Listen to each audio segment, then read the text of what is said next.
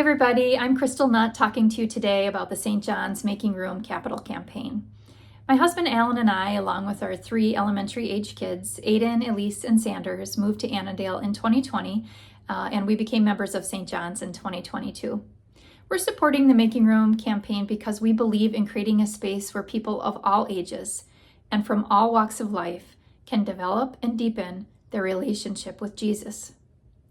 Alan and I are particularly passionate about fellowship and faith education, and we're thrilled that the additional square feet and upgrades will provide a cohesive community that includes kids in the same building and more room for all of us to live out our faith. We feel this is a really exciting time at St. John's. Having a recently paid off mortgage is a pretty unique situation and gives us members the opportunity to take that next step in empowering our faith community now and into the future. Alan and I are in the process of discerning what our commitment to the campaign will be and look forward to submitting our pledge card by the June 2nd deadline. As we work toward that decision, we're doing things like equipping ourselves with knowledge about what's happening by reading through the campaign information provided in the blue folder and reflecting on information shared at the annual meeting and the supergroup session. We're also taking this opportunity to review our personal budget and finances. Alan and I have had a lot of changes the last few years, including moving, job changes, and more. And this has actually been a really good reason for us to pause and make time for updating our budget.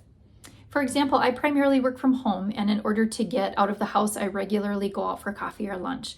This is an area that I will scale back to make room for contributing to the campaign. We're also looking at other ways to reduce our discretionary spending, such as eliminating unneeded streaming subscriptions, delaying purchases, or looking into used options before making a purchase.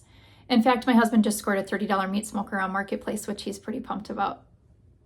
But knowing that our decision is ultimately between us and the Lord and no one else, we're bringing this information along with our hearts to God in prayer, by asking Him to show us a way to achieve His will. And just this morning when I was listening to my Bible app, I was reminded of Mark chapter 6, when Jesus fed 5,000 people with 5 loaves of bread and 2 fish. While in the throes of raising kids, it's easy to feel that we have little to offer the Lord and the people we're called to serve. I take great comfort from this passage, knowing that Jesus can do a lot with a little. Alan and I invite you to join us in supporting the Making Room campaign when we offer our heartfelt best to the Lord, whatever that may be. He can multiply it and meet the needs of all the people. Amen.